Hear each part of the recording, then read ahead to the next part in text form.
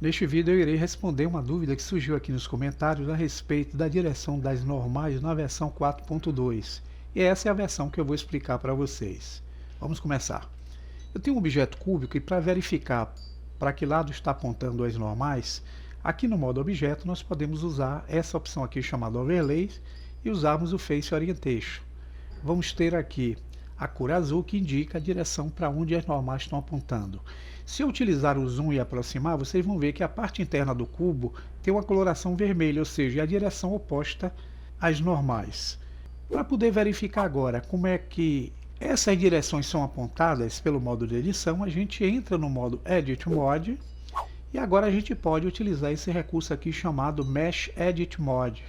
Selecionando, vocês vão habilitar nessa opção aqui chamada Normals qual é a direção que vocês querem ver. Por exemplo, eu quero a direção das faces. Então eu tenho três ícones aqui. O primeiro representa os vértices, o segundo representa a direção das linhas e o terceiro das faces, né? Então quando eu clico aqui, vocês vão ver que eu tenho algumas setinhas que são apontadas para onde a normal está sendo direcionada.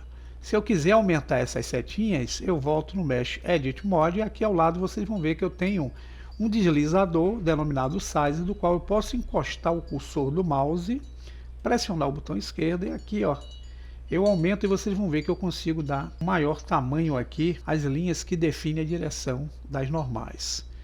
Voltando aqui, se eu quiser habilitar a opção de vértices, selecionando, vocês vão ver a direção dos vértices.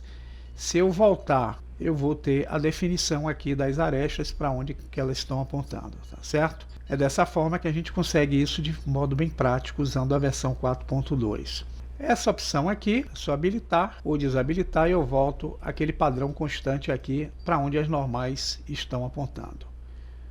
Agora, se eu quiser ver as informações referentes, que são as medidas de arestas, eu aciono essa opção, ele vai me dar as medidas de aresta do objeto. Se eu quiser a medida de ângulo, ele vai me dar as medidas de ângulos entre as arestas. Se eu quiser a medida da face, que é a área interna, vocês vão ter aqui a medida da face que está selecionada.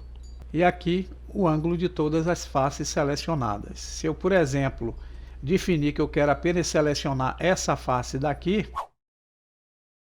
e dizer que eu quero somente a medida da face, eu só vou ter a medida dela sendo apresentada aqui junto à normal aí apontada. Bom proveito e até o próximo tutorial.